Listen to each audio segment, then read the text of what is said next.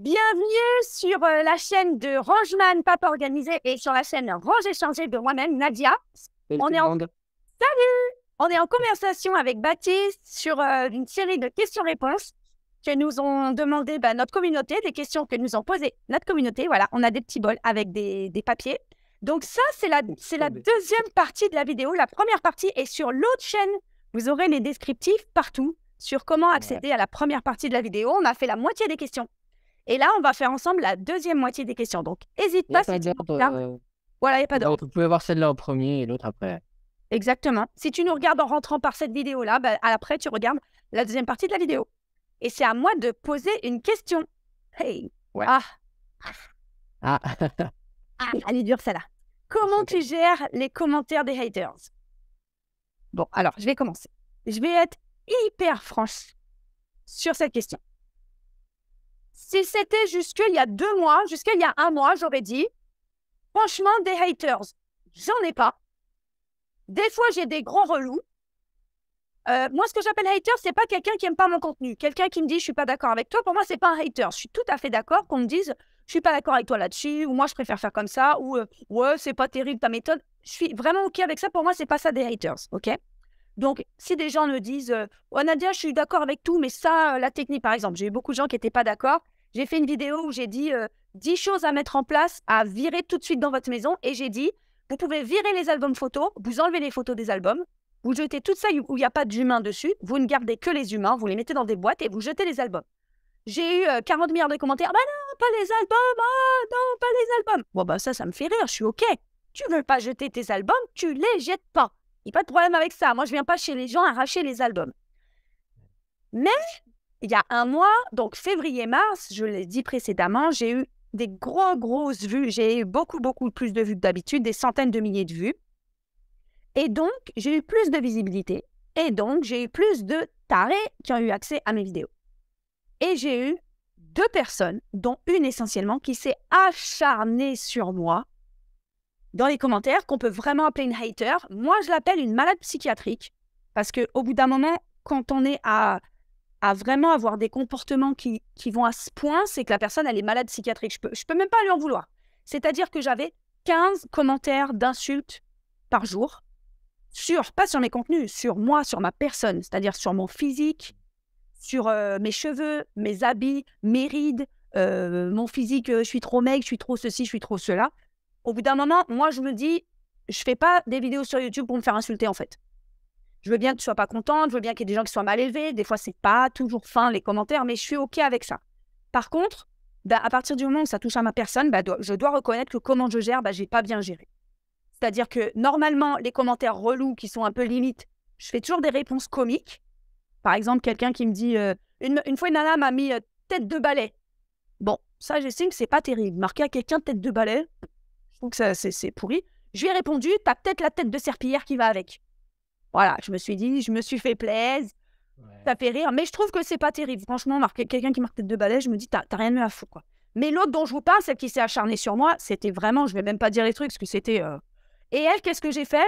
Ça m'a tordu le bide pendant 3 jours, je vous dis la vérité. J'en ai parlé avec des amis, je leur ai dit, franchement, j'ai du mal à gérer. Alors, au début, je répondais, après, ça devenait trop insistant, trop dur, je supprimais, et j'ai trouvé qu'on peut bannir une personne de YouTube, c'est-à-dire que cette personne n'a plus accès à mettre des commentaires sur ma chaîne. Si j'ai bien compris, elle peut mettre des commentaires, mais je ne les vois pas. Donc, je ne vais pas dire son nom. Si tu me vois, ma chère, je ne te dis pas qui, sache que tes commentaires, Dieu merci, je ne les vois plus. Et donc, comment je les gère? Je n'ai pas bien géré, c'est-à-dire au niveau émotionnel, ce n'était pas évident. Heureusement que j'en ai très peu. Moi, j'ai des potes qui sont dans le business. J'ai beaucoup d'amis infopreneurs, donc qui vendent des programmes en ligne comme moi, qui sont vraiment dans le pur business. Et eux, ils se prennent 50 commentaires d'insultes par jour. C'est-à-dire que chaque vidéo qu'ils mettent, ils ont des insultes. Moi, aujourd'hui, en l'état, je ne serais pas capable de gérer ça. Émotionnellement, je sais que j'y arriverai pas. Alors, c'est intéressant parce que ça fait faire un travail sur soi. Pourquoi j'ai du mal quand on critique mon physique? Pourquoi j'ai du mal quand on critique ma personne? Donc, c'est que forcément, je me dis, c'est que je ne suis pas encore OK avec mon physique et ma personne. Peut-être que c'est ça. Et en même temps, je vous explique à ceux qui me regardent pourquoi je garde toujours une distance avec les réseaux sociaux, pourquoi je fais partie des gens qui ne montrent pas leurs enfants. Normalement, vous n'êtes pas censé connaître leur prénom. Je dis les âges, les sexes, mais vous connaissez ni leur prénom ni leur visage. Pourquoi je ne fais jamais d'appartement tour? Vous me demandez souvent de filmer tout mon appartement. Non, je ne le ferai jamais. Moi, j'ai besoin de conserver de l'intimité, j'ai besoin de conserver un niveau de sécurité parce que je ne me sens pas forcément toujours en sécurité. Il y a des gens qui me reconnaissent dans la rue. Alors, ça peut paraître très plaisant. Moi, je ne suis pas très à l'aise avec ça. Quand je suis avec mes enfants et qu'il y a des gens qui me disent « Ah, on se connaît et tout », quand je suis seule, ça va. Quand je suis avec mes enfants, je ne gère pas très bien ça. Donc, je vais peut-être avoir des messages d'insultes qui me disent « Ma vieille, tu ne peux pas avoir le beurre et l'argent du beurre ». Je suis OK, dites-moi ça. Mais en tout cas, je vous parle de manière intime et de manière honnête. C'est pas très facile à gérer pour moi. Il y en a qui vont dire que c'est facile. Moi, c'est pas très facile à gérer. Je suis très expansive et je suis très sociable, etc. Mais quand je maîtrise pas, par exemple, les gens qui me connaissent et moi je les connais pas, c'est très perturbant. Voilà, c'est comme ça que je le vis. Donc j'ai été très honnête. J'espère que ça plaira. Que ça plaît pas, c'est pas grave. Voilà, j'ai été très honnête dans ma réponse. Ouais. Ah, faut pas te laisser faire.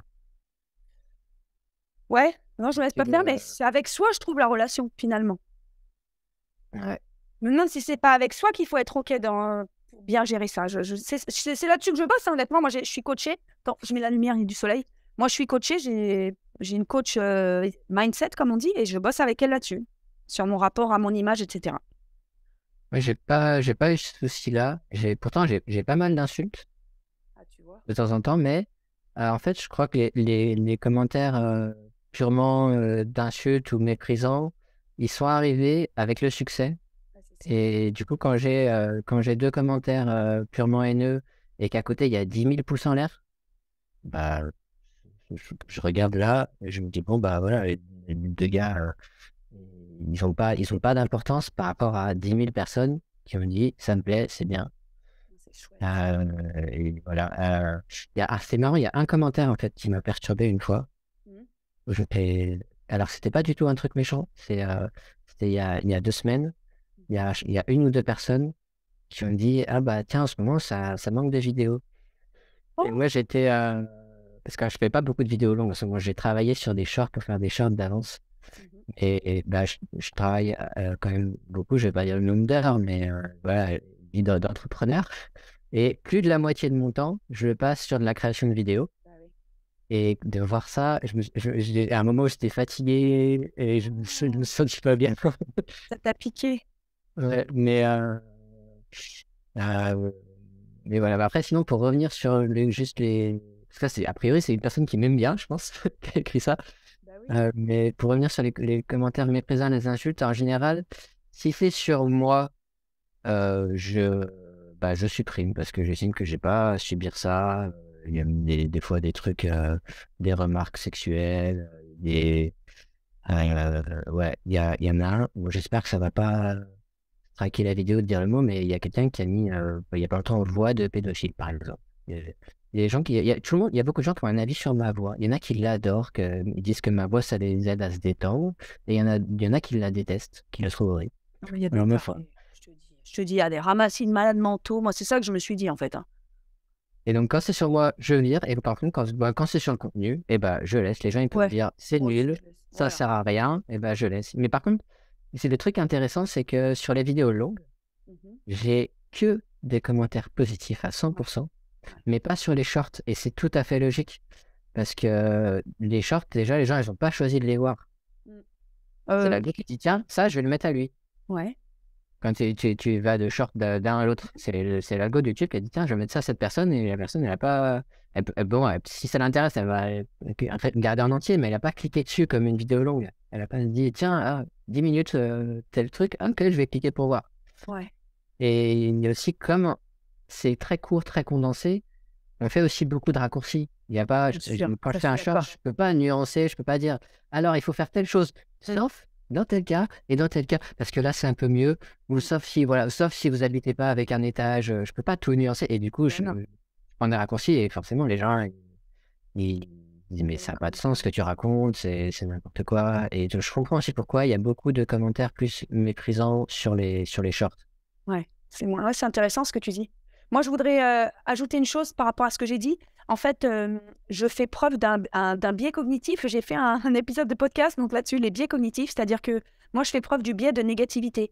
Le biais de négativité, c'est que notre cerveau, en fait, moi, j'ai 99,99% des commentaires qui sont adorables, qui sont des gens que je connais, mes amis virtuels, je ne les connais pas, mais qui sont vraiment gentils, vraiment 99,99%. Et ça, je le prends, je suis hyper contente, ça flatte mon ego, ça me fait du bien, c'est de l'amour en barre, j'adore ça. Et la connasse qui va m'éclater la tête, eh ben, ça va me rendre malade pendant 3 jours. Donc moi, j'arrive pas à faire ton distinguo de me dire, mais la plupart des gens et 99% des gens m'adorent. Et c'est excusez-moi, j'ai dit le gros mot, mais c'est 7 nanas ou 2 nanas qui vont me défoncer, qui vont me perturber. Ben, c'est ça. Et donc, c'est malheureux, mais j'en suis consciente et ça me fait bosser. Voilà, ça me fait bosser sur moi et je trouve ça intéressant. Mais ce qui est dingue, c'est que c'est quand même un ramassis de gens qui déversent en fait leur haine ou leur colère de la vie. Et souvent, alors je vais vous dire quelque chose, souvent j'ai de la peine pour les gens qui me mettent des mauvais commentaires. J'ai souvent de la peine et j'ai très souvent de la compassion. Parce que je me dis, quelqu'un qui fait des commentaires aussi méchants, j'en ai de temps en temps. Je me dis, c'est quelqu'un qui doit beaucoup souffrir, c'est quelqu'un de méchant. Et pour moi, les méchants, c'est forcément qu'ils ont une vie pourrie. Et donc, j'ai de la compassion. J'arrive à avoir de la compassion. Voilà, je tends l'autre joue et je fais comme Jésus. Voilà. Mais en général, c'est ça. Voilà. La gestion des haters. Tout un sujet. Hein. Ouais, il y a plein d'anecdotes là-dessus. Mais bon, je pense qu'on a passé déjà pas mal de temps sur cette question. Ouais, mais elle était importante quand même. Ouais. Eh bien, c'est à toi de poser une question maintenant. Question suivante. Roulement de tambour.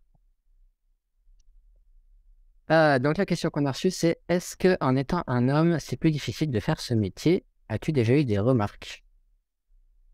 En fait, je pense que je peux pas savoir parce que ceux qui vont me suivre et m'appeler, c'est que ça leur pose aucun problème. S'il y a des gens qui disent c'est bizarre, un homme qui est intéressé par le rangement, j'y ferai pas confiance, je préfère une femme, il va jamais m'appeler pour avoir un coup de main, donc j'ai pas de gens qui me font des remarques par rapport à ça. Et après aussi, je pense que ce genre de préjugés de est-ce que plutôt un homme ou une femme c'est mieux, ça a du sens quand on connaît pas les gens, quand on arrive sur un site web, on cherche un home organizer, on arrive sur le site web, on se dit est-ce que je ferai appel à cette personne, on le connaît pas. Peut-être il y a une différence, on dit une femme ça me rassure. Mais nous, c'est pas pareil parce qu'on a des chaînes YouTube et a priori, les gens, ils nous découvrent plus par là. Oui. Et ils ont passé du temps à nous voir, à nous écouter. Et je pense qu'à travers nos vidéos, on a l'occasion de faire la démonstration de nos compétences aussi. Et au bout de quelques vidéos à nous voir, les gens, ils ne voient plus, je pense, ni comme un homme, ni comme une femme, mais juste une personne avec sa personnalité, ses compétences. Et après, le reste... ça a plus d'importance, quoi. Voilà, je pense que ça joue pas. Mais après, peut-être que si j'étais une femme, j'aurais 2 fois plus d'appels de clients, ou j'en aurais 2 fois moins, je ne peux pas savoir. Moi, je vais te donner mon avis. Moi, je vais te donner mon avis éclairé. Quand j'ai sorti mon programme de formation pour devenir home organizer, Baptiste a été le seul homme. Donc, c'est une session de 30 personnes. Donc, il y avait 29 femmes et un seul homme. Et moi, au contraire, je me suis dit que c'est un atout. C'est-à-dire que quand on est en minorité dans un milieu, pour moi, c'est un atout. Parce que justement, il y a beaucoup de femmes et la vision d'un homme peut être différente et peut apporter des choses. À la fois, tu peux avoir plus de clients hommes, parce qu'il faut savoir que moi, ma clientèle, à 95%, c'est des femmes. Donc déjà, les hommes, pour moi, vont aller plus souvent vers toi pour des choses que tu apportes en plus. Par exemple, Baptiste, c'est le champion de l'organisation des garages. Moi, je sais très bien désencombrer des garages, mais l'organisation, par exemple, des outils et tout, c'est pas trop mon truc parce que clairement, même dans la vie quotidienne et auprès de mes clientes, je le fais rarement. Donc, moi, je pense que c'est un atout parce que toutes les autres choses, après, c'est beaucoup plus basique. Ta cuisine, alors peut-être, je sais pas, moi, sur le rangement des talons ou des choses comme ça, tu n'auras peut-être pas la patte personnelle que toi, tu portes pas de talons, mais c'est vraiment pas... pour moi, c'est minime. C'est vraiment minime pour moi. Et je vais faire un parallèle, ça m'a fait trop rire, il faut que je te le dise. Quand tu as dit, je ne sais pas si c'est un homme, si les femmes m'appelleraient, je vais faire le parallèle avec les femmes quand on a un gynécologue. On a souvent la question, est-ce que tu as un homme ou est-ce que tu as une femme? Et alors, il y a des grands débats. Moi, j'ai 43 ans, ça fait 25 ans que j'ai chez le gynéco, j'ai toujours eu des hommes. J'ai eu 2 hommes. Voilà. J'en ai eu un jusqu'à il y a 2 ans, et là, c'est encore un homme, parce qu'il est parti à la retraite. Et voilà, moi en tout cas, je me suis jamais posé la question, ah oui, mais c'est un homme, je vais essayer un gynéco. Je me suis dit, c'est un médecin en fait. Et gynéco, que je montre ma zézette à un homme ou à une femme, pour moi, le sujet, c'était le même, c'était un médecin. Donc, je pense qu'il y a des gens qui pensent quand même comme moi, parce qu'il y a beaucoup de femmes qui vont chez le gynéco-homme. Par contre, toutes n'y vont pas. Ouais, là, il y a un truc en plus, parce que c'est pas juste une question de est-ce que je perçois la personne comme compétente, Non, c'est l'intimité. est-ce que il y a vraiment de l'intimité, ouais. Moi, c'est ça que je vois là-dedans. C'est-à-dire que, est-ce que je vais désencombrer mes strings avec toi, Baptiste? Tu vois? Ouais. Est-ce que je vais te poser des questions, des fois, Il y a sur des aussi trucs? l'intimité, effectivement, pas que sur le Moi, côté je vois pas. médical, La mais aussi compétence, j'ai aucun doute. Moi, c'est sur l'intimité que je me dis. Tu vois, sur l'intimité. De même que moi, parfois, j'ai été avec des hommes et j'ai eu des trucs qui étaient un peu touchy, tu vois. J'ai des trucs qui étaient un peu touchy. Je vais pas dire parce que je voudrais pas, c'est au cas où la personne elle regarde ces trucs très très intimes. Moi, je révèle que les trucs rigolos, les chaussettes orphelines, les trucs comme ça. Mais les trucs très intimes, les gens ils peuvent se reconnaître, je vais pas le dire. Mais voilà, moi c'était plus sur l'intimité. Et c'est pour ça que je parlais du gynéco, à savoir jusqu'à quel point je peux mettre mon intimité dans les mains d'un homme. Mais vraiment, ça je vais le dire pour les gens qui sont des potentiels clients de Baptiste. Bon, à part si la personne elle a un goût de miché et qu'elle veut le cacher, bah, elle le cache avant que Baptiste il arrive et puis c'est tout quoi. Tu caches 3 strings en dentelle ou ton fouet et puis ton god et puis c'est tout. Voilà, parce que ça c'est... Mais ce serait dommage parce que je pourrais pas leur donner mes conseils sur le meilleur endroit pour les ranger. Ou sur comment l'utiliser à sa juste valeur. Voilà, c'est les seuls trucs. Et je pense que même les femmes, s'il y a une femme en face, elle cacherait certains trucs. Donc voilà, tu caches tous les trucs chelous. Et après, Baptiste, c'est le meilleur du monde. Il est génial, il est super organisé. Et moi, je dis, les scientifiques, on est carrés. Donc voilà. Donc il faut faire appel autant à Baptiste qu'aux femmes. Voire même plus à Baptiste. C'est ce que je pense. Ah, merci. Ben, je t'en prie. Bon, allez hop, je tiens ma question suivante. Sympa. Ça, je l'aime bien celle-là. Quel est ton ratio homme-femme sur les vidéos de ta chaîne? Y a-t-il des exceptions? Alors, du coup, je l'ai préparé parce que j'ai des choses qui ont changé et qui ont évolué. C'est hyper intéressant. En fait, j'avais regardé mes ratios hommes-femmes sur YouTube il y a 1 an. Donc moi, il faut savoir que ma chaîne, c'est 92% de femmes. C'est pas compliqué, quasiment 100%. OK? 92% de femmes, 8% d'hommes qui se sont perdus. Donc au départ, ma chaîne n'était pas du tout pour les femmes. Pourquoi je dis qu'ils se sont perdus? Parce que en fait, au bout d'un moment, quand je me suis rendu compte qu'il n'y a que les femmes qui me suivaient, bah, c'est vrai que j'oriente plus mes trucs sur les femmes. C'est-à-dire que moi, je m'adresse aux femmes. Je m'adresse au féminin pluriel. Par exemple, je vais dire oui, mesdames, ceci. Et des fois, les hommes me disent ouais, il y a un homme qui va me dire ouais, les hommes. Je vais dire non, mais écoute, chez moi, le féminin l'emporte. Baptiste le sait. Quand je suis en Zoom avec 30 personnes, il y a un homme et 29 femmes. Je suis désolée. Je vais encore faire ma féminisme, mais je vais pas parler au masculin pluriel. Je vais pas dire alors les gars, vous allez bien. Je vais dire salut les filles, est-ce que vous allez bien? Et il y a un homme intelligent qui comprend que je fais la majorité.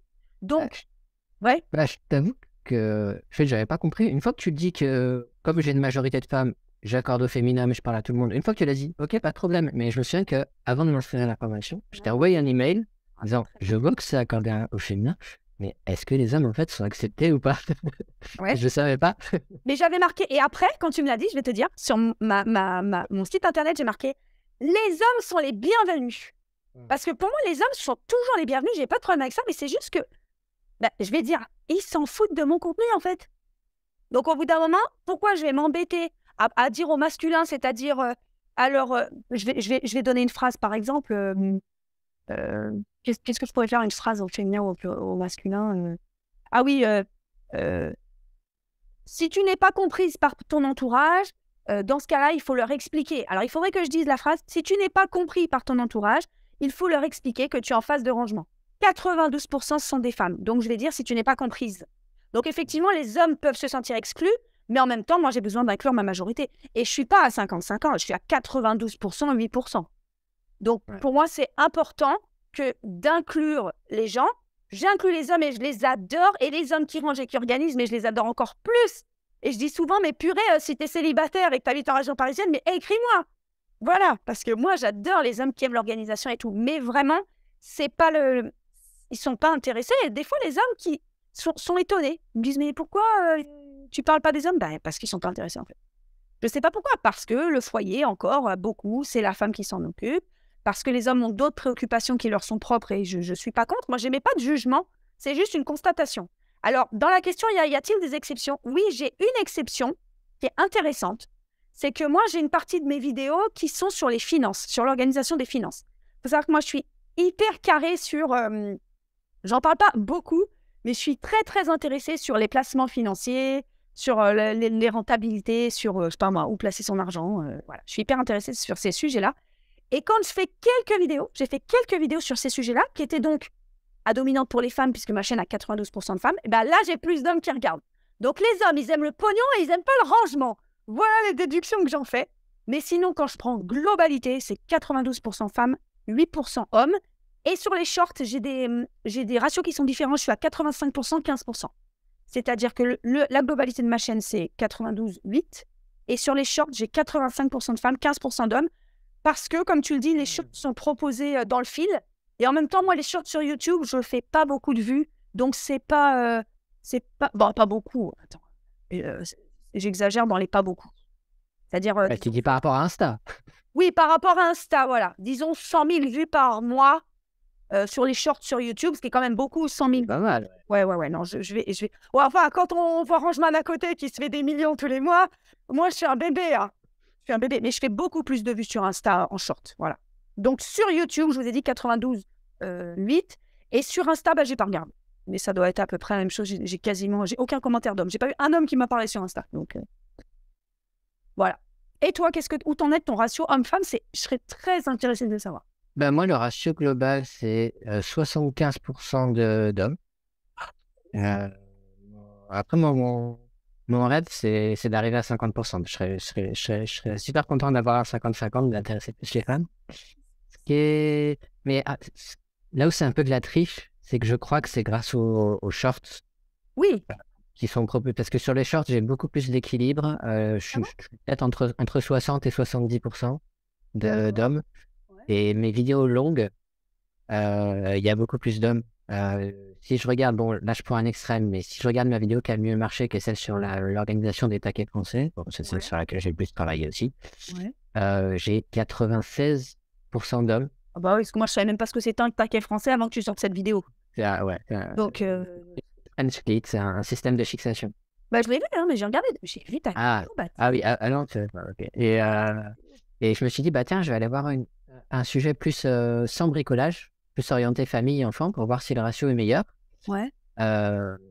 Et j'ai pris comment faire pour pas être encombré par les jouets des enfants. Jouets des enfants, ouais.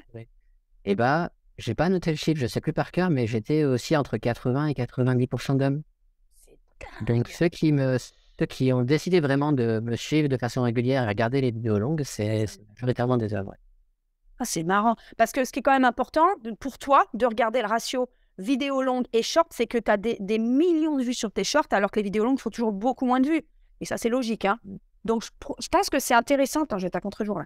Je pense que c'est intéressant que tu fasses ton ratio sur les shorts et sur les vidéos longues, parce qu'on peut avoir ratio global, ratio vidéo longue et ratio short. Mais pourquoi tu veux tendre à avoir plus de femmes? Pour moi, ton audience, elle se crée en fonction de ce que tu proposes et point à la ligne. Moi, c'est comme ça que je le prends. Je fais des vidéos et j'ai fait des vidéos. Et puis, c'est les femmes qui sont intéressées. Elles sont les bienvenues, les hommes aussi. Mais bon, s'ils n'aiment pas ce que je fais, ça me... Ouais. S'ils n'aiment pas, mais s'ils ne sont pas la cible, c'est pas grave. Ouais, après, ce que je verrais un peu comme un accomplissement par rapport à mes vidéos, c'est que des gens me disent, je faisais pas de bricolage parce que j'avais l'impression que c'était pas pour moi. Et en voyant tes vidéos, j'ai vu qu'en fait, c'est facile, on peut faire des trucs de fou. Et je me suis mis. Et donc, je fais un peu de bricolage. Mais mon rêve, c'est d'arriver à intéresser les gens qui n'en font pas. Et alors, tu sais quoi? Moi, je me vois là, parce que moi, j'adore le bricolage. Je bricole un peu, mais j'ai déjà fait une vidéo sur les outils de base à avoir quand on démarre le bricolage. Et ensuite, tu fais une vidéo sur les femmes qui veulent démarrer le bricolage. Parce que c'est pas du tout la même chose. Moi, je te donne un exemple très rigolo. Hein. Très rigolo. Moi, j'aime bien le bricolage. Je sais faire plein de choses. Seulement, j'ai pas du tout de force dans les bras. Au-delà de ça, j'ai un problème structurel. J'ai une malformation. Bon, donc ça, c'est autre chose. Mais un jour, je voulais mettre des tringles à rideau. Et donc, un pote, il m'avait prêté une perceuse à percussion. Ouais. Voilà, pour faire un trou, pour mettre la tringle. Mais en fait, il s'est rien passé. C'est-à-dire que j'ai mis le truc et ça faisait mais il se passait rien. J'ai essayé pendant une heure, mais j'ai tout mis. C'est juste que vous dites qu'il ne faut pas appuyer, mais c'est pas vrai. Bien sûr qu'il faut appuyer comme un malade. Donc, j'ai appuyé comme une malade. Il ne s'est rien passé. Le lendemain, j'ai appelé mon pote, j'ai dit, écoute, j'ai pas réussi et tout. Il est venu chez moi, il a fait, ça a fait des trous. J'ai dit, bon, bah, c'est bon, c'est pas pour moi. Pourquoi? Parce que je n'ai pas la force physique. Ah ouais? Simplement. Ah bah oui, alors tu vas me faire partie du lot qui dit, pourtant, il n'y a rien à faire, hein, une personne à percussion, ça percute tout seul. Non, ça percute pas tout seul. Non, Non, il faut appuyer, mais il faut pour moi, il appuyer. fallait pas appuyer comme un malade. Bah, c'est ce qu'il m'a dit mon collègue. Bah, moi, je sais Ça pas. dépend aussi de la puissance de la perceuse, de la qualité de la mèche, du mur aussi, des matériaux. Bon, ça, c'était un gros mur. Hein. C'était mon appart à Paris, années 40, les putains de murs, mais j'ai pas réussi. J'ai rien fait. Et une autre fois, j'ai voulu faire de la plomberie et j'ai fait une fuite d'eau. Donc, voilà. Ah ouais. Parce que j'arrivais pas à dévisser encore une fois. On s'écarte. J'arrivais pas à dévisser. On s'écarte du truc. Non, mais c'est pour te dire des vidéos. Non, on s'écarte pas loin. C'est pour te dire le bricolage pour les femmes. Pour moi, c'est pas forcément la même site que le bricolage pour les hommes. C'est ça que je veux te dire. Quand tu vas parler de taquet français, moi, ça va pas me parler. Je rêve de faire du bricolage. Il faut juste peut-être reprendre les bases, trucs de base, des trucs sans force, etc. Voilà. On s'éloigne pas du sujet. Je te donne un exemple pour te dire que c'est pas si simple. Mais je disais, on s'éloigne parce qu'en fait, j'avais envie de m'en éloigner encore plus. Ah bah vas-y. Juste pour te dire une anecdote, j'ai des gros parpaings dans mon garage. Mon père m'a prêté un perforateur quand je me suis installé il y a un peu plus de 2 ans dans ma maison. 3 maintenant. Et c'était une galère de percer. Je mettais un quart d'heure par trou, comme ça, comme tu racontes. T'avais pas le bonnet. Et je m'en suis acheté un de perfo, d'une meilleure marque, plus cher. Et là, c'était comme dans du beurre. Ah ouais? 30 secondes par trou. Un plaisir. Bah ça, c'est intéressant, tu vois. Moi, depuis, je me suis dit, je peux plus faire de perceuse à percussion. Parce que, bah voilà, j'ai pas réussi. Et je sais faire que la visseuse des visseuses. Enfin, je sais faire. Je me dis que je peux faire que ça, mais peut-être pas. Hein. Donc, tu vois, c'est intéressant parce que je pense qu'il y en a plein des femmes qui veulent faire du bricolage, mais on n'a pas forcément les outils, on n'a pas forcément la place. Et puis, il y a, est-ce que les maris, ils veulent laisser leurs affaires aussi? Parce qu'il y a beaucoup de gens qui sont très attachés à ce qu'on ne touche pas à leurs affaires. Ouais. Tu vois? Et je peux le comprendre. Donc, sujet intéressant. Tiens, dites-nous en commentaire. On vous a pas beaucoup demandé de commenter, mais n'hésitez pas à commenter. En commentaire, dites-nous, les femmes qui regardent, si vous êtes intéressées par le bricolage, est-ce que vous aimez ces conseils-là? Et les hommes qui regardent, est-ce que vous seriez prêts à prêter votre matériel? Ou est-ce que vous avez peur qu'on l'abîme ou des choses comme ça? Je trouve ça super intéressant comme question. Ou est-ce qu'il faut que chacun ait son matos? Comme les ordinateurs, maintenant, on a chacun notre ordi, par exemple. Souvent. D'ailleurs, on parlait de ratio homme-femme. Je suis super curieux. Comme j'ai surtout des hommes, tu as surtout des femmes, je suis super curieux de voir le ratio qu'on aura sur cette vidéo-là. Bah, la deuxième, on va voir. Bah, ils sauront pas que ça parle bricolage. Donc, Ouais. je sais pas, mais on va regarder, ça va être intéressant. Parce que ça fait que c'est ton audience et mon audience, quoi. C'est pour ça. Ouais, on regardera ça, ça va être chouette. On en était où? C'était à toi? Alors, c'est à toi. Moi, j'avais parlé du ratio. Ouais. Ah oui, et moi, j'avais homme, mais par rapport à la question métier. Ouais. Alors, attends, maintenant qu'ils ont fini, je vais me retourner à la cuisine parce que à la cuisine, j'avais mon chargeur. Et il n'y a plus trop de perceuses. Eh ben, écoute, pendant que tu déménages, je branche mon ordi aussi parce qu'il arrive un petit peu en fin. Mais est-ce que j'ai pris... Ah oui. Moi, j'ai mon chargeur et je vais me prendre mon petit verre d'eau. Je suis branché. Je te vois plus. Ah voilà. Voilà. Pas besoin de boire un petit verre d'eau? J'ai mon verre d'eau, mais il n'y a pas d'eau dedans. Tu vas boire ton verre de papier. Donc, la suivante. Quelle est votre meilleure astuce rangement? J'adore cette question. Alors, on peut voir astuce de 2 façons. S'il fallait choisir une règle générale qui est pour tous. Ne prends pas la même que moi. De toute façon, je suis sûr que tu en as plein. J'en ai plein, mais ouais. Tu penses que tu en as plein d'autres. Pour moi, c'est vraiment une place pour chaque chose. C'est vraiment le truc qui aide le plus parce que voilà, on sait où mettre. On a quelque chose, on veut le ranger, bah, on sait tout de suite où le mettre. Et quand on le cherche, on sait tout de suite où le prendre. C'est vraiment l'essentiel pour moi, pour s'y retrouver. Je prendrais ça. Et après, sur le côté astuce, au côté un petit peu créativité, originalité, au sens quelle est votre meilleure astuce, si je le prends un peu dans le genre que ce moi j'ai créé qui intéresse le plus, je pense qu'un truc qui a pas mal intéressé les gens qui sont venus chez moi, je dis ça les gens qui sont venus chez moi parce qu'en fait c'était avant que j'ai une chaîne YouTube et j'ai pas fait de vidéo dessus, c'est ma tablette à côté du canapé. Parce que j'ai un canapé d'angle. Et le souci, c'est que si on pose un verre sur la coudoir qui est en tissu, là, il se casse la gueule. Enfin, surtout avec des enfants. S'il pose un verre de jus de fruits ou de sirop derrière le canapé et tout. Ah, t'as fait un truc comme ça, là? Et donc, à côté, alors c'est pas par-dessus, en fait, j'ai éloigné le canapé de 10 centimètres du mur. Et juste à côté du canapé, j'ai mis une tablette. Là, les enfants, ils peuvent poser les verres. Et la tablette, elle est 1 centimètre plus bas que le bord du canapé. Comme ça, le verre, il vient pas tomber. D'un côté, il a le mur, d'un côté, il a le canapé. Et Rangeman fait des rangements. Donc, le problème, c'était, là, une fois qu'on a fini la télé, où est-ce qu'on met la télécommande? Et bien, en fait, cette tablette, elle s'ouvre, il y a une trappe. Et là, on peut mettre la télécommande et ça se referme. Et tu vois, quand je parlais dans l'autre partie de la vidéo de création de meubles, c'est ce genre de choses. Ah ouais, c'est génial ça. On repère. Ah, c'est super. On aperçoit, s'il y en a qui veulent voir ça, j'ai pas de vidéo où je la bricole parce que je filmais pas quand j'ai bricolé ce truc-là, mais on l'aperçoit dans la vidéo de présentation de ma chaîne. D'accord. Eh ben, je vais la regarder, je l'ai vue, mes vidéos de France. Je vais regarder. Ok, pas mal. Bah dis donc, moi j'ai pas un truc aussi bien. Ben moi, meilleure astuce, franchement, moi en fait, ceux qui me connaissent, ils vont le savoir, je pense. Ma meilleure technique de l'univers que je m'applique à moi et que je dis à tout le monde d'appliquer, c'est la technique des moins de 2 minutes. Celle-là, elle m'a changé la vie. Tout ce que tu peux faire en moins de 2 minutes doit être fait tout de suite. Ça va très vite, c'est-à-dire, je me brosse les dents, au lieu de poser sur le bord du lavabo, hop, je la range tout de suite, je l'essuie. Moi, j'essuie toujours en brosse à dents, il faut faire ça. Je l'essuie, je la range tout de suite dans le tiroir. Je passe dans le couloir, il y a un truc qui est par terre, je le ramasse tout de suite.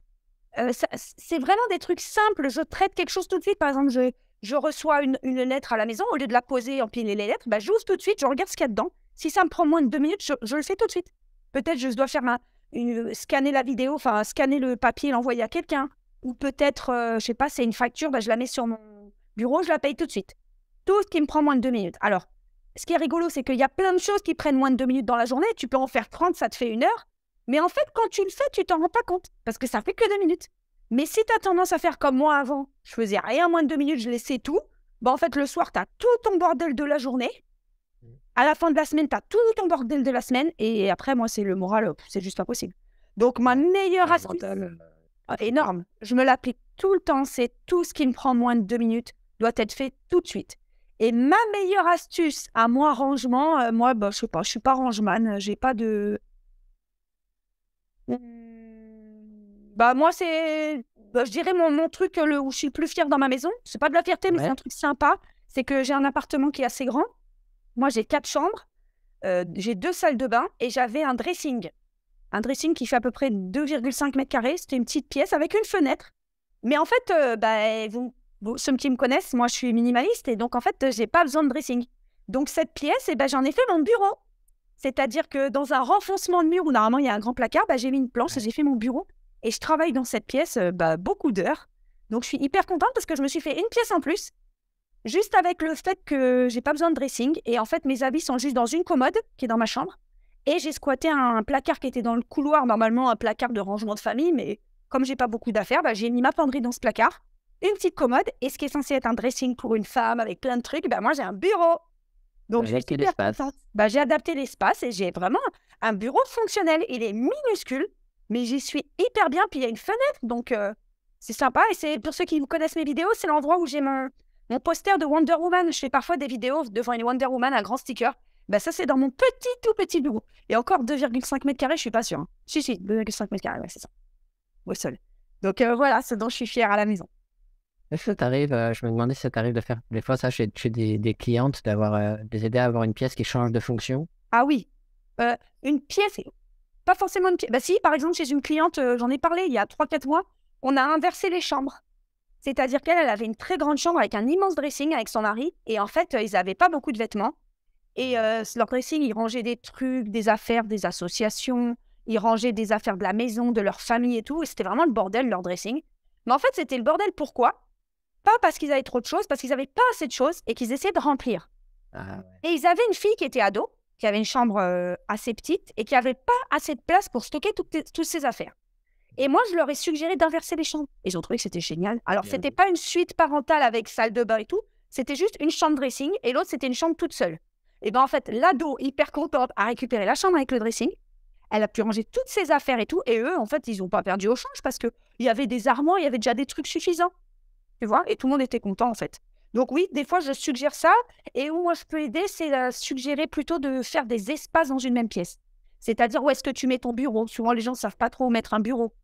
Donc, tu vois, je les aide à mettre un bureau là, à réorganiser les choses.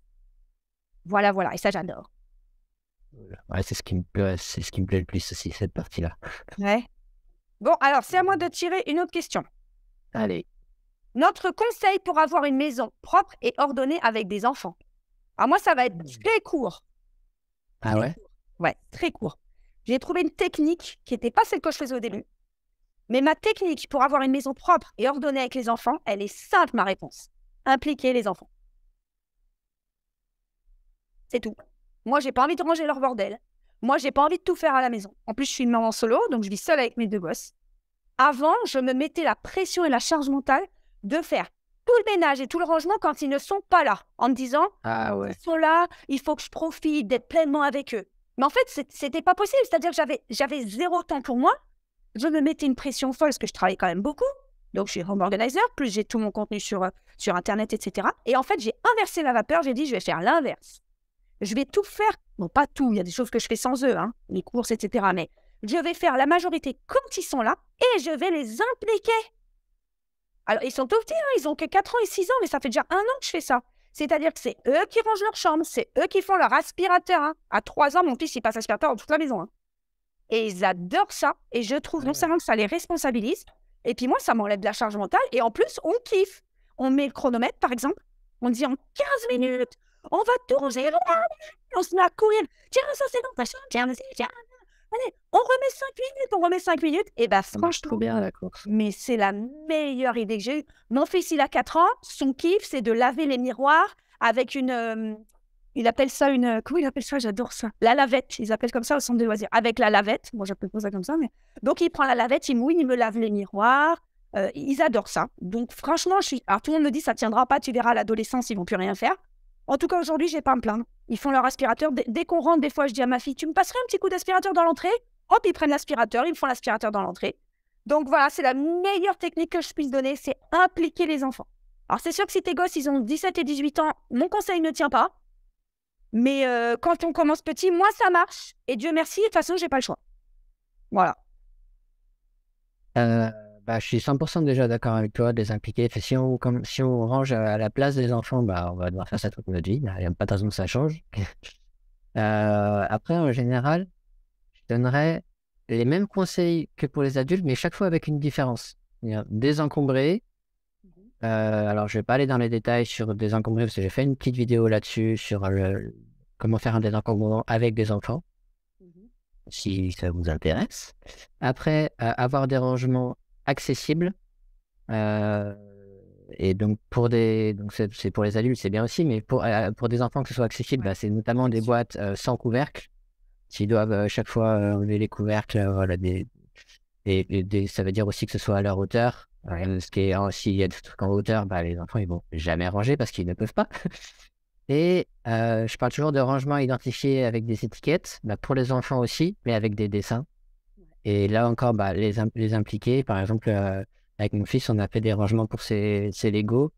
On a découpé un morceau du carton avec on voit ce qu'il y a dans la boîte et on l'a collé sur le tiroir où les Legos sont rangés. Ou alors parfois avec un dessin, des fois c'est lui qui a fait le dessin. Ah, c'est chouette. Par exemple, sur la caisse pour les trains, bah, il a dessiné un petit train et comme ça il s'en souvient bien bah, que c'est là que les trains ça se range. Et puis parce que tout simplement à 4 ans du texte, enfin il a 5 ans maintenant, Ouais. mais la lecture c'est encore... Bah oui. Ouais, c'est pas suffisant, donc les dessins, ça aide à savoir où vont les choses. Ouais, très bon conseil. Ok, suivant. Ouais, C'était à moi, hein. oui, c'est à toi. Il en reste que 3. Ouais, Mais en même temps, ouais. si on n'accélère pas, les enfants, C'est ça, on va j'allais gratter. chercher après, ouais, c'est ça. Quel est l'endroit le plus en désordre chez toi? C'est là où je suis. C'est la chambre. Mais ça ne se voit pas parce que la caméra est orientée vers le haut. Mais je pense, en fait, si c'est la chambre qui est plus en désordre, c'est parce que c'est un espace qui est à moi. Enfin, là, il est à nous deux, mais parce que je sais que ça ne dérange pas les autres. Et dans les espaces communs, bah, si les autres laissent du bazar, eh bah, ça peut me déranger. Voilà, ça m'empêche de faire le ménage, ça me gêne pour circuler. Et du coup, je ne laisse pas non plus de bazar dans les espaces communs, enfin pas trop, parce que je sais que ça peut gêner les autres. Alors que dans la chambre, si ma table de nuit, pendant quelques jours, il commence à y avoir une pile de choses que j'ai pas rangées, bah, ça gêne que moi, et donc je m'embête pas avec ça. Mais t'es en couple, toi? T'es avec ta femme? Ouais, Ça la gêne ouais, pas? mais elle en met plus que moi du bazar. Ah, ouais, voilà, c'est ça, c'est la solution. Vivre avec Mais elle aussi, elle fait attention au reste de la maison, et il n'y a que dans la chambre où elle se dit, bah, de toute façon, ça, voilà, ça gêne personne, on pourra voir quelques jours plus tard, et voilà. Ah, pas mal. Ok, bah, moi, l'endroit le plus en bazar, jusqu'à il y a une semaine, c'était mon balcon. J'ai un immense balcon, j'ai la chance d'avoir un très très grand balcon. Et en fait, dans un coin, j'avais toutes les jardinières avec de la terre d'il y a 3 ans. Parce que pendant le confinement, j'avais fait plein de plantations et tout, puis j'en avais plus refait depuis. Donc, il y avait des trucs morts dans les jardinières, des sacs de terre et tout. Mais il se trouve que ce week-end, j'ai rangé, donc c'est plus là. Peut-être, je dirais, sous mon évier. Et encore, c'est pas trop le bazar. C'est juste que les rangements sont pas extra. En fait, j'ai des trucs qui se tirent, mais ça sert à rien. Moi, j'aurais bien aimé avoir une tablette, mais comme je suis pas bricoleuse, ben, je sais pas mettre une tablette. En même temps, il y a le siphon, on peut pas mettre une tablette. J'ai pas trouvé l'organisation optimale. Et si j'étais chez des clientes, je saurais pas comment faire mieux que ce que je fais. Mais ça me convient pas. C'est pas le bordel, mais c'est pas beau, quoi. Moi, j'aime bien quand c'est beau un peu, mais c'est pas beau. Voilà. J'ai pas grand-chose, j'ai pas beaucoup de bazar, mais c'est moche. Voilà. Peut-être que je dirais cet endroit-là. Ok, mais c'est fermé quand même. Ouais, non, mais c'est fermé. Et puis en vrai, c'est pas vraiment le bazar. Hein. Non, mais c'est moche, quoi. Il y a des bassines, il y a des trucs. Non, mais c'est moche. Voilà, quand j'ouvre, c'est moche. Moi, j'aime quand j'ouvre mes tiroirs, avoir les culottes par dégradé de couleurs et tout. Là, Ouais. j'ouvre, c'est moche. Voilà. Même j'ai un petit placard là-bas. Par exemple, hop, on le voit. Hop, là. Tu vois, Ah c'est oui, hyper beau, mais voilà. Ouais, enfin, je veux dire, c'est pas méga beau comme on voit dans les trucs. Mais tu vois, bon, il y a un semblant d'aligné, de quelque chose. Bon, ça me va. ouais, Mais sous l'évier, ça me plaît moins. ok. Voilà. Alors, je vais piocher une autre question. Tac. Excellent. Ah, celle-là, elle est chouette. Où piochez-vous toutes vos idées? C'est des créations originales ou des reprises adaptées à vos besoins? Bon, alors, des reprises, non, hein, on va pas... d'où viennent vos idées? Alors moi, j'ai 3000 idées à la seconde, mais je pense que Baptiste, ça va être pareil. J'ai aucun problème à trouver des idées de vidéos, des idées de contenu. J'en ai même beaucoup trop qui fusent. Alors, souvent, c'est dans ma douche et j'ai pas de quoi noter. Ça me gonfle. Souvent, je suis dans ma douche et je dis, ah, j'ai une super idée. Et puis, je me dis, faut que je m'en rappelle, faut que je m'en rappelle. Je sors de ma douche et tout. Après, une heure plus tard, je dis, ça, je me rappelle plus. Donc ça me gonfle. Il faut que tu installes dans ta douche un tableau avec un feutre qui résiste à l'eau. Ouais, mais c'est ça, parce que j'en ai partout des idées. J'en ai dans le téléphone, on a des applis. On a une appli qui s'appelle Notion, on l'utilise, Baptiste et moi. Je mets mes idées là-dedans, j'ai du Google Drive, j'ai un petit carnet, j'ai machin. Mais des fois, ou quand je me couche, pile quand je me couche et tout, je suis en train de m'endormir. Et là, j'ai une idée de génie. Et je me dis, oh, je vais pas me lever, je me rappellerai demain. Et je me rappelle jamais. Donc, d'où viennent mes idées? Elles viennent de mon cerveau. Et je vais vous faire une petite confidence. Intelligence artificielle. Depuis 1 mois, j'ai essayé de ChatGPT, donc l'application d'intelligence artificielle, pour m'aider à trouver des idées ou à étoffer des idées. Et c'est hyper intéressant. Voilà, je prends pas, je prends pas tout comme ce qui est généré, mais je trouve très intéressant d'avoir un cerveau robot qui peut m'aider à étoffer mes idées, à aller plus loin, etc. Donc voilà, les idées viennent de mon cerveau. Et en ce moment, je fais des essais sur de l'intelligence artificielle. Ok. Bah alors moi, tout ce qui est mes idées sur comment désencombrer, c'est pas vraiment des idées, c'est plus de la méthode. Et ça vient de formation. C'est des méthodes éprouvées, celles que tu as dans ta formation. C'est aussi des choses qu'on qu'on trouve dans des livres. Par contre, les idées plus originales de comment j'ai aménagé mon espace, ça vient vraiment de mes besoins. On parlait tout à l'heure de la tablette à côté du canapé. Je me suis dit, bah, j'ai tel problème, il faut que je trouve une solution. Et en général, à chaque fois, c'est un peu le même process. Je regarde s'il existe une solution dans le commerce, parce que j'aime bien bricoler, mais s'il y a un truc tout fait, je vais pas passer un week-end entier à fabriquer moi-même.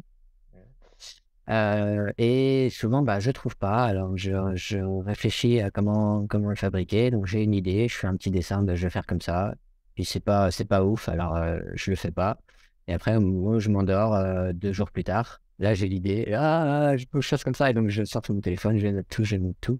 Et après, je le fais. Donc, voilà, j'ai fait la tablette. Comme par exemple, un autre truc un peu iconique, il y a beaucoup de gens qui me demandent de faire une vidéo là-dessus. Il faudra que je le fasse un jour. J'ai un écran que j'ai rendu rétractable parce que derrière mon bureau, j'ai un bureau installé devant une fenêtre et derrière, on voit le jardin. En semaine, je travaille dessus, mais le week-end, j'ai pas envie qu'on voit un écran, j'ai envie de voir le jardin. Ah oui. Et donc, je l'ai fixé à un bras qui me permet de le basculer derrière un meuble parce que j'ai mis un petit meuble à tiroir et de rendre l'écran. Elle me dit, bah ça, c'est pareil, je suis parti d'un besoin. C'est ce truc qui m'embête. Je veux trouver une solution. Bah, j'ai rien trouvé dans le commerce et petit à petit, j'ai imaginé une solution que j'ai bricolée. Alors au début, j'ai fait un prototype, ça n'a pas marché. Il n'arrivait pas au bon endroit, il arrivait trop. Et après, j'ai adapté et j'arrive à Waouh. la bonne solution au bout d'un moment, quoi. Bah, il faudra faire une vidéo dessus. Voilà, une idée de vidéo. Ouais, il faut que je le démonte pour filmer quand je le remonte. C'est ça. Et tu fais à l'envers, comme tu nous as fait. Tu nous as eu avec Ah, le oui, c'est vrai. Tu démontes tout, tu le filmes à l'envers et tu fais semblant que tu l'as monté. Parce que Baptiste nous fait des prouesses techniques comme ça. Euh, Voilà. À toi. Hop, avant-dernière, dans mon verre à question. Ouais. Sur quel coin est-ce que tu es intransigeant? Euh, Il n'y a pas vraiment beaucoup de coins où je suis intransigeant. En fait, pour moi, moi, je suis un obsédé du temps. S'il y a du désordre juste purement comme ça va pas trop me gêner, mais si le désordre, d'une certaine façon, il va me faire perdre mon temps, je veux pas. Par exemple, il y a des câbles là. Si mon fils il a joué au câble là, ils sont tous renversés par terre. Et bah, je lui dirais de ranger quand il aura le temps, ça me gêne Alors, je vais pas. juste dire ce que c'est des caplas pour ceux qui n'ont pas d'enfants. C'est des petits bouts de bois, des petits morceaux de bois comme ça, plats rectangulaires qu'on empile et on joue. Ça fait mal si on marche dessus. Et voilà. Et c'est pas grave. Des fois, on fait attention aux marches. Des fois, je les laisse partir 2 jours avant de les dire de ranger. Ouais, moi aussi. Par contre, les Lego, je lui dis tout le temps de jouer sur une table. Et s'il a des Lego qui sont par terre, je lui dis, tu ranges tout de suite, tu mets dans le tiroir ou sur une table et tu laisses pas par terre. Parce que si je laisse par terre, on va, sans faire exprès, shooter dedans. Il y en a un qui va partir sous le canapé ou sous un meuble. Et une semaine plus tard, il va être en train de faire sa construction en Lego. Et il va me dire, papa, il me manque telle pièce là qui est dans la notice. Et là, c'est parti. On cherche. Dans quelle boîte? Ah, est-ce que tu l'aurais mis dans la mauvaise boîte? Ah, bah non. Et c'est sous le canapé? On est sous le canapé. Et je perds un quart d'heure à chercher une pièce de Lego. Et ça, je le sais. Du coup, bah, les Lego, non. Ça dépend vraiment de. Voilà. Est-ce que je vois que ça va me faire perdre du temps? Donc, tu es intransigeant sur les Lego. Bah ouais. Ouais, ou voilà. S'il commence à y avoir du désordre où je sais qu'on va devoir chercher des affaires dedans, ça va prendre du temps pour s'y retrouver. C'est à partir de là où je me dis stop. Ok. Intéressant. Et peut-être un peu la cuisine aussi, parce que des objets, genre des objets en bois ou en plastique qui traînent, c'est pas grave. Par contre, la cuisine, quand il y a des choses sales qui traînent pas, en fait, le désordre, ça empêche de faire le ménage. Et une cuisine sur laquelle on passe pas l'éponge, ça devient vite très sale et c'est un problème pour cuisiner. Donc c'est un endroit auquel je fais le plus attention, c'est peut-être la cuisine quand même. Ok. Alors, c'est intéressant parce que toi, c'est sur la perte de temps. Moi, où je suis intransigeante, c'est sur la pollution visuelle. C'est-à-dire que moi, j'ai vraiment un besoin, quand je balaye du regard quelque chose, de ne pas être trop perturbée. Donc, ce qui veut dire que les 2 endroits sur lesquels je suis intransigeante, c'est l'entrée de la maison et la cuisine.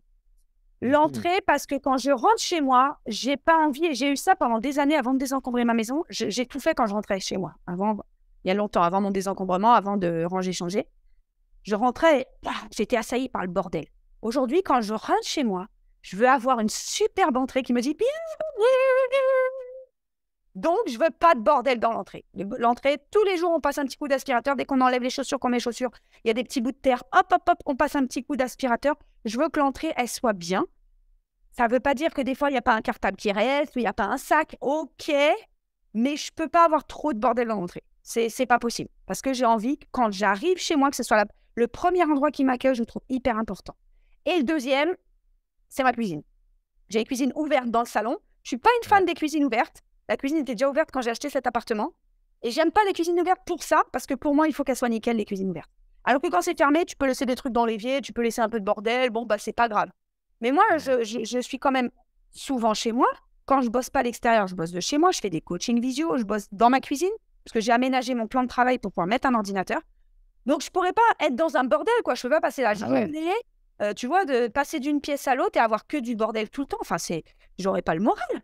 Moi, c'est pas possible. L'encombrement visuel, ça me pollue le moral. Par contre, comme toi, si mes enfants ils mettent 3 jours à ranger leur Lego dans leur chambre et que je marche pas dessus, c'est-à-dire qu'on pousse de l'entrée, ça les regarde. Bon, au bout d'un moment, je dis quand même, on se met à ranger. Mais je vais pas me prendre la tête à ranger toutes les chambres des gosses avant de commencer ma journée. Par contre, les lieux où je vais vivre, il faut qu'ils soient, j'allais dire nickel. Bon, nickel à ma sauce, c'est pas parfait. Hein. Tu vois, il y a une peau de banane de mon fils sur la table de la salle à manger, ça me gêne pas. Je vais l'enlever après. Voilà. Mais pour moi, c'est ce qui me provoque de la pollution visuelle et qui va me stresser. Ok. Voilà. Allez, à moi de tirer mon avant-dernière fac. Quels sont vos objectifs sur YouTube? Nombre de vidéos, nombre d'abonnés ou autre? Eh bien, écoute, c'est pas bien ce que je vais dire, mais j'ai pas d'objectif particulier sur YouTube. Je m'étais fixé des objectifs pour Instagram. J'espérais 10 000 followers avec mes 100 réels. J'en ai eu 25 000. Mais YouTube, pour moi, c'est plus, je mets dessus les choses qui me plaisent. Je mets des choses, je mets dessus ce qui est intime, ce qui me représente, ce qui me plaît de partager. Et je me dis, ça plaît aux gens, tant mieux. Il y a des abonnés, tant mieux. J'en prends 5 000, j'en prends 10 000, j'en prends 40 000. Je n'ai pas l'impression de vraiment contrôler le truc. Donc, je ne vois pas comment je pourrais dire, je rêverais d'avoir 100 000. Oui, j'aimerais bien avoir 100 000 abonnés sur YouTube. J'aimerais bien. Aujourd'hui, j'ai 22 000, je crois. J'aimerais bien avoir 100 000 abonnés, mais si je me mets un objectif et que de toute façon, ça ne dépend pas forcément de moi, ce que je me mets comme objectif, c'est de délivrer de la qualité et de faire quelque chose qui me ressemble et de ne pas vendre mon âme. Par exemple, jusqu'à présent, c'est ma politique, je suis sponsorisée par aucune marque et je refuse tous les sponsorings. Je ne suis pas contre les gens qui le font, mais moi, pour le moment, c'est mon éthique. Ça ne veut pas dire qu'un jour, je ne le ferai pas. Mais du moment que je reste alignée, c'est tout. Voilà, c'est tout ce que je veux. Et aligné, ça veut aussi dire que maintenant, si j'en peux plus, je fais une petite pause. Par exemple, mercredi, hier, exceptionnellement, je n'ai pas publié de vidéo. Et pendant quelques semaines, je vais en faire une toutes les 2 semaines, une vidéo longue. Je vais en faire qu'une toutes les 2 semaines. Et ça, pour moi, c'est me respecter autant que je respecte mon audience. Avant, je me disais, il faut que je respecte mes engagements, une vidéo par semaine, machin et tout. Maintenant, je me dis, oh, j'ai fait janvier, février, mars, j'ai énormément bossé, je suis fatiguée. Je me respecte aussi. Si j'ai plus d'abonnés, tant mieux.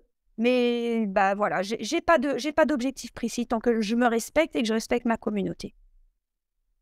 Cool. Ça se rapproche beaucoup pour moi. J'ai pas d'objectif en nombre d'abonnés. YouTube, ça sert déjà à ce que je me fasse plaisir parce que je kiffe à créer des vidéos. Ouais. Et le but derrière aussi, c'est d'être découvert par des potentiels clients, évidemment. J'avais des objectifs en nombre, en rythme de publication, et je suis un peu en train de les abandonner. Ce que je voulais faire, c'était un short par semaine et une vidéo longue par mois. Et ça fait 3 mois que j'essaye de faire ça, et en fait, j'arrive pas à faire les deux en même temps. En fait, déjà, un short, en moyenne, ça me prend 2 jours pour les 50 secondes d'un short. C'est le temps d'écriture, la demi-journée de tournage, le montage. J'ai une moyenne qui approche les 2 jours, donc j'arrive pas à faire des vidéos longues en même temps. Et quand je suis la tête prise dans une vidéo longue, j'arrive pas à me passer les shots en même temps. Donc j'ai laissé tomber ça. Je me suis dit, je vais faire des périodes où je vais sortir des shorts et des périodes où il y aura des vidéos longues. Et voilà, s'il y a des périodes où il n'y a pas de shorts pendant un mois, il n'y en a pas. Parce que il y a 2 semaines, j'ai un peu craqué. Donc voilà, j'ai viré mes objectifs sur le rythme. C'est bien. Mais j'ai quand même pour objectif de sortir certaines vidéos très ambitieuses. Il y en a 2 notamment que j'ai pour objectif de les faire cette année. Je n'annonce pas de date parce que je vais vraiment mettre un très bon niveau de qualité sur ces deux-là. Et il y en a une, c'est rangement complet de mon garage. Et l'autre, c'est ma méthode complète sur comment je gère les courses et les repas à la maison. Comment je fais pour que ça prenne pas trop de temps. Et celle-là, bah voilà, je veux la faire bien, aller dans les détails. Et, et je sais qu'elle prendra du temps. Donc voilà, le but, c'est de la faire, qu'elle sorte en 2023. Je souris parce que ça fait partie du prochain programme que je lancerai peut-être à la fin 2023, l'année prochaine. Ouais, simplifier son quotidien et il y a gestion des courses et des repas. Chouette. Ouais, parce que c'est un gros sujet. En organisation de la vie, de famille, etc., c'est un gros sujet. Bon, on verra si on a les mêmes techniques. Ouais. Ah, cool. C'est ça que je souris. Eh ben, on a hâte de voir tes super vidéos. Donc, c'est bon pour les objectifs de YouTube? Ouais. Cool. Dernière question. Ah non, c'est moi qui ai mana. Ouais, c'est toi. Ouais, moi aussi. Ouais, je crois que c'est à moi. Là. Ouais, c'est à toi. C'est quoi cette dernière? Et la dernière, c'est quel est ton commentaire le plus drôle? Ah. Celle-là, elle a mis du temps à venir. Alors, j'ai une salle de bain. Dans ma chambre, ça fait un peu chute parentale. Il y a un petit coin salle de bain. Et au lieu de laisser ouvert ou de mettre une porte classique, une porte coulissante ou une porte normale pour accéder à une pièce, on a mis une porte de placard. Et juste à côté, il y a un vrai placard avec la même porte. Ce qui fait que dans la continuité, on a l'impression que c'est juste un placard. Et c'est que quand on ouvre, qu'on voit que derrière, bah, c'est pas des fringues, c'est une salle de bain. Et j'ai fait une vidéo là-dessus où je montre que c'est une salle de bain. À la fin, c'est ah, surprise, c'est une salle de bain. Et il y a quelqu'un qui a mis un comment. Alors, il faut que je l'affiche pour. Où est-ce que je l'ai rangé? Ah mince, alors moi, je ne l'ai pas affiché là. Bon, parce que je vais lire le vrai texte du commentaire. Ah mince, non, je vais pas prendre de temps à le rechercher, mais en gros, le commentaire, c'est ah, au fait, c'est où les toilettes? Dans le tiroir en bas à gauche. T'adores. Il a carrément suivi la logique poussée à l'extrême et le champion, ce commentaire, il a récolté à peu près 200 pouces en l'air. Ah, waouh. Il a autant de succès qu'une vidéo, quoi. Ah ouais. Oh purée, attends, moi j'ai pas. Ah ouais, bah c'est génial. Bah, c'est génial. Puis c'était malin. Moi, j'essaie de rechercher parce que je l'ai en tête, mais je savais pas qu'il fallait lire exactement. Parce que moi, j'ai fait un réel. J'ai fait un réel sur Insta et juste sur ça. En fait, j'ai une abonnée sur YouTube qui s'appelle Eve Clous qui va se reconnaître. Et Eve, elle est magique parce qu'elle me fait des commentaires nature peinture. Donc en fait, moi, je fais des vidéos qui sont basées un peu sur le zéro déchet où j'explique mes habitudes zéro déchet, mes trucs. J'ai une vidéo qui s'appelle Mes habitudes crado de minimaliste. Par exemple, je dis je pisse dans le noir, comme ça n'utilise pas d'électricité, des trucs comme ça. Et à un moment, on parle des chasses d'eau. Moi, je dis souvent, la chasse d'eau, faut faire attention. Il y a les vieilles chasses d'eau, c'est 12 litres d'eau. Les chasses d'eau actuelles, c'est 6 litres. Donc, posons-nous la question, est-ce qu'on tire la chasse ou pas? Alors, j'essaye d'en parler, tu vois, c'est pipi caca, mais j'essaye d'en parler de manière posée, comme une adulte, sérieuse, tu vois. Je vais pas te dire, Baptiste, quand on fait caca, tu vois, je vais dire, bon, tu vois, j'essaye d'en parler de manière sérieuse. Et elle me fait des commentaires, mais nature. Et donc, elle me marque texto dans les commentaires. Ah, bah ouais, de toute façon, moi, je pisse sous la douche. Donc, je dis, bah, c'est bien que pisse sous la douche. Commentaire d'après, sur une autre vidéo, elle me dit, eh ben moi, quand je fais pipi, je mets mes 6 litres, mais par contre, quand je fais mon caca, alors pour le caca, c'est 12 litres. Donc, du coup, machin, et moi, je suis morte de rire. Mais alors, pété de rire. Et elle m'a fait 3 comme ça, où elle me parlait de sa grosse commission, de comment ça se passe aux toilettes et tout. J'étais morte de rire. Donc, du coup, j'ai fait un réel où j'ai marqué « Merci, Eve. Tu nous enchantes par tes commentaires. » Et j'ai mis ces 3 commentaires. Donc, Eve, si tu regardes cette vidéo, merci, continue, parce que moi, j'adore, mais j'étais morte de rire. Je me suis dit, mais en fait, effectivement, pourquoi éviter la chose et les sujets, le pipi, le caca et comment tu fais caca, puisque de toute façon, c'est de ça que ça parle. Bah ouais. Donc, voilà, je crois que c'est elle qui a la palme de mes meilleurs commentaires et j'adore. J'adore. Merci, Eve, pour ça. Bon, j'ai ma dernière question. Moi, j'en ai un peu parlé. Alors, je précise que pour ceux qui arrivent sur cette vidéo, c'est pas la dernière, vous en êtes à la moitié. Vous en êtes à la moitié parce qu'il y a une autre partie des vidéos sur l'autre chaîne. Donc, la chaîne Ranger Changer et la chaîne Rangeman Papa Organisé. Donc là, c'est « Es-tu minimaliste ?» Eh bien, moi, la réponse, elle est oui. Et je vais expliquer pourquoi est-ce que c'est. Parce qu'en fait, désencombrer sa maison ou être home organizer, on n'est pas obligé d'être minimaliste. Moi, quand je vais désencombrer chez les gens, je vous rassure, j'impose rien et je dis pas qu'il faut être minimaliste. C'est-à-dire que le désencombrement, selon la méthode de Marie Kondo, que j'applique essentiellement, c'est tu gardes des choses qui t'apportent de la joie et qui te servent. Donc, je dis souvent, si tu as 4000 livres et que les 4000 livres t'apportent de la joie, bah, tu gardes les 4000. À condition de les garder près de toi, de les mettre en valeur, qu'ils ne soient pas à la cave dans un carton. Mais moi, j'ai poussé les choses un peu plus à l'extrême parce que je me suis rendu compte que avoir peu de choses visuellement, ça m'apporte de la joie. Moi, ce qui m'apporte de la joie, c'est que ça résonne chez moi. Alors, ça n'apporte pas de la joie quand je tourne des vidéos ou quand j'enregistre un podcast, parce qu'avoir peu de choses, ça résonne et je suis bien en galère tout le temps avec cette histoire de résonance. Mais dans la vie de tous les jours, moi, j'aime que visuellement, j'ai pas grand-chose. J'aime ouvrir des placards, avoir du vide dedans, parce que moi, j'ai des placards où il y a des cases qui sont vides. Et j'aime ça. Donc, je dirais, c'est mon mode de fonctionnement et c'est ma joie à moi. Donc, oui, je suis minimaliste. Qu'est-ce que ça veut dire? Ça veut dire que moi, je ne garde pas toutes les choses qui m'apportent de la joie. Je ne garde que le strict minimum de ce dont j'ai besoin, qui m'apporte de la joie, mais je peux aussi garder des choses qui ne m'apportent pas de joie. Par exemple, je porte là un t-shirt qui a au moins 15 ans, qui est un peu passé en couleur. Il ne m'apporte pas particulièrement de la joie, mais il a l'avantage de m'être utile et d'être là. Donc, je pousse un peu jusque-là. C'est un t-shirt manche longue basique que je mets sous les pulls. Ben, je me dis, est-ce que j'ai besoin de résonner de la joie pour mon t-shirt en dessous de mon pull? En fait, je m'en fous. Donc, je le garde parce qu'il est utile, qu'il est là et que ça ne bousille pas la planète. J'ai un gros caractère écolo, d'essayer de ne pas consommer, de ne pas produire des déchets. Donc, voilà, j'ai poussé ça un peu à l'extrême, mais ça me plaît beaucoup. Et donc, dans ma garde-robe, j'ai le strict minimum où je mets tout et je n'ai pas besoin de plus, en fait. Même si quelque chose va me plaire, bah, déjà, rien ne va me plaire parce que je n'ai pas de joie à acheter des nouvelles choses. Et je n'achète que si je dois remplacer. C'est-à-dire mes t-shirts, s'ils sont trop usés. En gros, depuis 6 ans que j'ai désencombré, je n'ai acheté que des chaussettes et des culottes. Et l'hiver dernier, j'ai acheté 4 pulls parce que franchement, j'avais 2 pulls pour faire l'hiver avec 2 pulls en laine. C'est juste pas possible. Donc voilà. Ouais, je suis minimaliste, mais je l'impose à personne et je le recommande qu'à ceux à qui ça parle. Moi, ça me parle beaucoup et ça m'apporte de la joie. Et ça m'enlève de la charge mentale.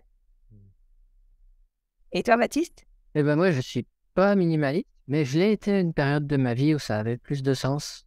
Là, je garde des livres que je lirai jamais parce que j'y suis attaché. Je garde aussi, c'est difficile d'être bricoleur et minimaliste parce que j'y garde plein de chutes de bois parce que ça peut servir. Et Au cas où. il y en a aussi plein qui serviront probablement jamais, mais il y a toujours du potentiel derrière les chutes de bois, ce genre de choses. Donc non, pas encombré, mais pas minimaliste. Mais à la fin de mes études, j'ai fait 1 an à l'étranger, j'étais 1 an au Mexique. Et quand je suis revenu, j'avais pas encore d'appartement fixe. J'ai pas mal vécu chez des amis. Bon, il y en a, c'était une semaine ou deux qui m'hébergeaient gratuitement. Il y en a d'autres, je suis resté 3 mois et je leur ai payé un loyer. Mais du coup, j'étais un petit peu nomade comme ça, passer du temps avec des amis. Et donc, tout ce que j'utilisais pour ma vie, c'était dans ma valise. J'avais une valise. J'avais un ensemble de vêtements. Je tournais avec les mêmes. Et en fait, le fait de posséder très peu de choses, c'est une période où j'achetais rien. Je faisais avec ce que j'avais dans cette valise-là. Et ça me donnait une liberté énorme. C'est une grosse sensation de liberté. C'est une période aussi où je devais pas mal me déplacer c'est le début où je faisais de la recherche et je devais aller faire des conférences dans différentes villes d'Europe. Et j'avais pas besoin d'ouvrir mon armoire et faire ma valise. J'avais ma valise, elle était déjà faite. J'avais cette sensation de liberté de pouvoir aller partout, cette sensation de légèreté. Et c'était sympa. Je te rejoins sur la liberté. Moi, j'ai le projet, j'aimerais bien un jour, alors je ne sais pas si j'y arriverai parce que ce serait quand j'ai plus les enfants. Moi, j'ai eu mes enfants très tard. Donc, on n'a pas dit, moi, j'ai 43 ans, donc voilà. Et moi, j'aimerais bien un jour avoir une maison minimaliste autoconstruite, tu sais, un genre de, pas forcément une tiny house, mais une maison en A ou une maison autoconstruite. J'aime beaucoup ces projets-là. Et je serais plutôt à la retraite. Alors, bon, c'est pas sûr que ça puisse se faire parce que moi, j'ai des problèmes de santé importants. Donc, je suis pas sûre que j'aurai la santé pour, à la retraite, pouvoir faire ça. Mais pour moi, c'est la liberté. C'est-à-dire que moins t'en as, tu peux bouger, tu peux Pour moi, c'est vraiment ça la liberté. C'est-à-dire, s'il y a le feu demain chez moi, bah, je peux partir et puis bah, rien ne va me manquer. Pour moi, le non-attachement aux choses, le fait de ne pas être attaché aux choses matérielles, c'est vraiment la liberté. Je le vis comme... C'est ce que tu as décrit. Ouais. Ça sera un chantier participatif dont je rêverai, donc voilà. Chouette. Ah ouais. Ah, c'est vraiment un rêve que j'aime, mais pas avec les enfants. Pour moi, c'est pas mon souhait, en tout cas, avec les enfants. Ok. Bon, bah, je pense que ça va être le moment de recommander aux gens de cliquer sur la chaîne suivante. Ouais, donc L'autre vous partie cliquez de sur la la chaîne vidéo. suivante. Ouais, pour voir l'autre partie de la vidéo. Voilà. Quelque part sur la vignette. On met aussi le lien dans la description, dans les Dans la commentaires. description, en commentaire épinglé. Et donc, c'était Nadia de Ranger Changer, Rangeman organisé. Voilà. Rangeman, qu'est-ce qu'on peut dire d'autre? Et si vous avez déjà vu l'autre partie, vous pourrez la re-regarder. Et vous cliquez, vous vous abonnez à nos deux chaînes si vous voulez, et mettez-nous des commentaires. On les lira tous, et vous rappelez, on répond à tous les commentaires individuels. Bah, merci, à bientôt tout le monde. Ciao. À tout de suite dans l'autre vidéo, ciao.